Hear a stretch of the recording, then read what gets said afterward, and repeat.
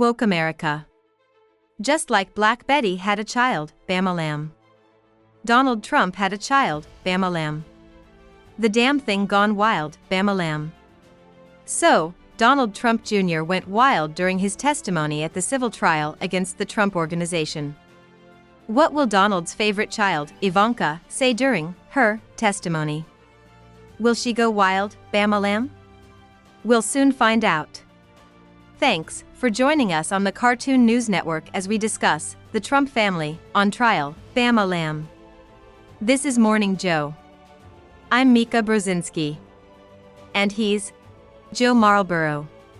Whoa, Black Betty, Bam-a-lam, whoa, Black Betty, Bam-a-lam, she really gets me high, Bam-a-lam, you know that's no lie, Bam-a-lam. Donald Trump Jr. offered his best defense in court last week against allegations that he conspired with members of the Trump Organization to commit massive fraud. He told the judge that he was too stupid to conspire with anyone to do anything massive. Before that, he said this when he took notice of a massive number of paparazzi taking his picture. I should have worn makeup. I guess he didn't get a chance to powder his nose before lying, like his name is Pinocchio. He also asked the courtroom sketch artist to make sure he looked good. I should have worn makeup.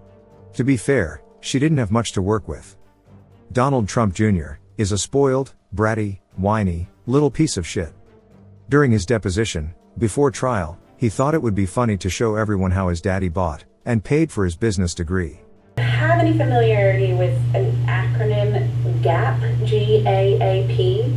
Generally accepted accounting principles, yes. Okay. How did you become familiar with that acronym? Probably in accounting 101 at Wharton. Okay. What do they teach you about generally accepted accounting principles in Wharton? Well, I'm not an accountant, but that they are generally accepted.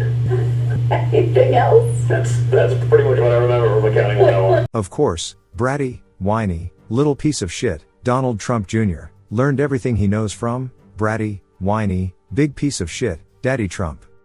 We'll let Daddy Trump explain how he should not be held liable for fraud because everyone knows he's a liar, and then we'll play a compilation of Junior's biggest hits from this week. Get it? Biggest hits. But before we continue with our feature presentation, blow, how the Trump boys blew their family fortune, please put some pressure on that like button, and subscribe to the Cartoon News Network for more videos from us. We have a clause in the contract, it's like a buyer beware clause. It says when you take a look at the financial statement, don't believe anything you read. This is up front. Don't believe anything you read. Some people call it a worthless clause because it makes the statement and anything you read in the statement worthless. It says go out and do your own research, go out and do your own due diligence. You have to study the statement carefully. Do not believe anything. You know the disclaimers, you have a clause up front. It says do not believe these statements. They were made by management. They may be high, they may be low, they may be this. But do your own due diligence, do your own research, do everything. Do not believe a word in them. Jesus Christ, George, I don't see you in 2 years and you show up at my fucking door with 110 pounds of blow. Fucking sell it there. Alright, but it's gonna take me a year. The thing that changes is, depending on what letter is behind your name, R or D, whether there's actually enforcement or not. And I quote, tried to slow down probably has more on them, and they're using that and wielding that power to control these clowns. New York Times to create an article about us and Russia collusion to create the vicious cycle that went on for 5 years, and then, quote, stand with the people of Palestine. I also don't think Hamas is a fan of the sex workers, but, you know, what do I know?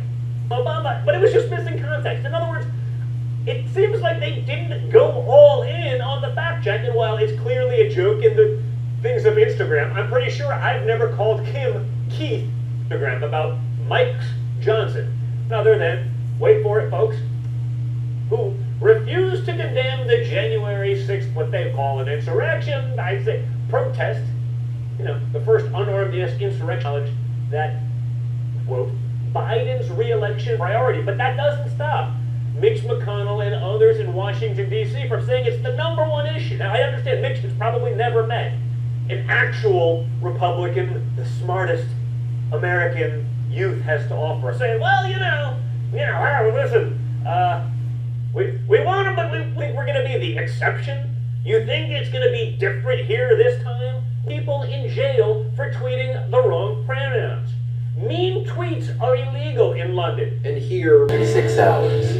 36 hours? I don't believe we got rid of it in 36 hours. I think it's fair to say you underestimated the market, Derek. Right on. This is the defendant, Don Jr. He's here to show his father that he's a man who can ride the subway all by himself. He's accused of real estate fraud and hunting house cats without a license. This is also the defendant, Eric.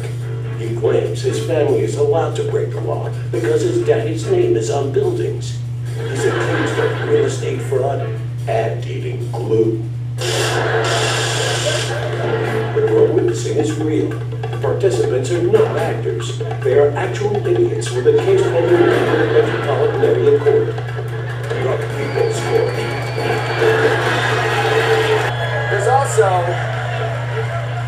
There's also the civil trial in New York presided over by Judge Arthur and Goron.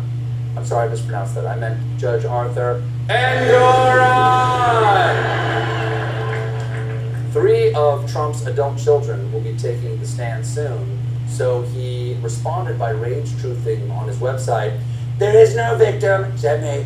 Leave my children alone, and Goron. You are a disgrace to the legal profession. How dare you come after my sweet innocent children, Don Jr., Ivanka, and Eric, as I call them, Little Me, Lady Me, and Wonder Gums." And does this refresh your recollection that in mid-2014, Cushman and Wakefield had been retained to provide consulting services related to an analysis of the estimated value of a potential conservation easement on all or part of the Seven Springs estate? Truthfully, Andy, it really doesn't. This isn't to me. I didn't sign this. This looked like it was something between Sherry Dillon and Cushman and Wakefield. It's extremely consistent with what she would have done. It's extremely consistent with what my role is at the company. I just don't. I think I was very kind of clear that, to the best of my knowledge, I really haven't been involved in appraisal work on this property. Well, are you saying that this engagement could have happened without your knowledge and approval? I'm just saying I don't remember this. I'm not on here. I never signed this document. I just don't seem to recall anything about this. You know, I pour concrete. I operate properties. I don't focus on appraisals between a law firm and Cushman. It's just not. It's not what I do in my day-to-day responsibilities. And I can't feel my face. I mean, I can touch it, but I can't feel it inside. I have a highly partisan judge, a real political guy right out of the clubhouses, and he's been overturned many times by the appellate courts, and he defrauded me. They defrauded me because I have a house that's very valuable, and they try and make it like I'm increasing values, and honestly, it's a very conservative number, but they valued a house that's worth 100 times more than the number they used. Let's say 50 to 100. They valued it at $18 million, and people say it's worth anywhere from 50 to 100 and maybe even that more. They defrauded me, and he called me a fraud before I even got to court. I said, how the hell can a guy do that? We just concluded the 20th day of our trial against Donald Trump, the Trump Organization, and other defendants. This morning, we heard testimony from a witness who was an underwriter at the insurance company Zurich, North America. The Trump Organization was one of her clients. She testified that Donald Trump's statements of financial condition, which the judge ruled were fraudulent, were material to the decision to take on the Trump Organization as a client. So were misrepresentations made to her by defendant Alan Weisselberg when the Trump Organization was looking for coverage. As a result, the defendants got a better deal than they should have, meaning the Trumps got real financial benefits from providing their fraudulent statements. The truth of our case is clear, and the defendants are willfully choosing to ignore it. But as everyone knows, the truth always comes out in the end.